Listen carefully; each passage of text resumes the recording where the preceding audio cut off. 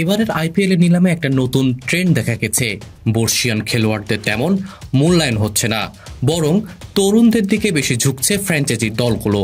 আর এই কারণে স্পিনার কেশব মহারাজ, আকিল হোসেন, আদিল রশিদ ও মুজিবুর রহমানরা কোনো দল পাননি। নিলামে তাদের নাম উঠেছিল, কিন্তু কোনো দল তাদের কিনতে আগ্রহী দেখায়নি।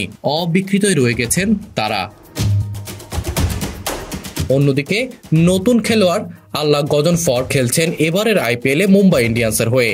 মুম্বাই তাকে 4,80,00,000 রুপিতে দলে টেনেছে। আইপিএলে দারুণ একটা রেকর্ড রয়েছে আফগানিস্তানের 18 বছর বয়সী এই তরুণের। কোনো ম্যাচ না খেলেই তিনি আইপিএল এর ট্রফি জিতেছেন।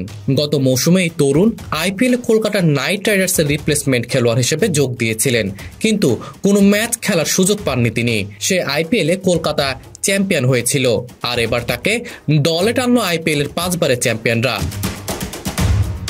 সম্প্রতি দক্ষিণ আফ্রিকা ও বাংলাদেশের বিরুদ্ধে ওয়ানডে সিরিজে দুর্দান্ত পারফরমেন্স দেখিয়েছেন এই আফগান তরুণ। নতুন বলে এবং ডেথ ওভার 2 পর্যায়ে বল হাতে দক্ষতা দেখিয়েছেন গজনফর। বর্ষিয়ান তারকাদের মধ্যে নিউজিল্যান্ডের সাবেক অধিনায়ক কেন উইলিয়ামসন এবং অস্ট্রেলিয়ার ওপেনার ডেভিড ওয়ার্নারের প্রতি কোনো ফ্র্যাঞ্চাইজি আগ্রহ দেখায়নি। অবিকৃতই রয়ে গেছেন তারা। দ্বিতীয় আইপিএল এর নিলামে এই রিপোর্ট লেখা পর্যন্ত বাংলাদেশের কোনো ক্রিকেটারেরও নাম এই নিলামের লিস্টে ওঠেনি। দল পাওয়া তো দূরের কথা, এবারের আইপিএল এর নিলামে বাংলাদেশের 12 জন ক্রিকেটার নাম রেজিস্ট্রি করেছেন, কিন্তু তাদের কাউকে কোন ফ্র্যাঞ্চাইজি নেওয়ার জন্য আগ্রহ দেখাবেন কিনা সেটাই এখন প্রশ্ন। মুন্নরঞ্জন রিফাত, বিডি আর্কাইভ।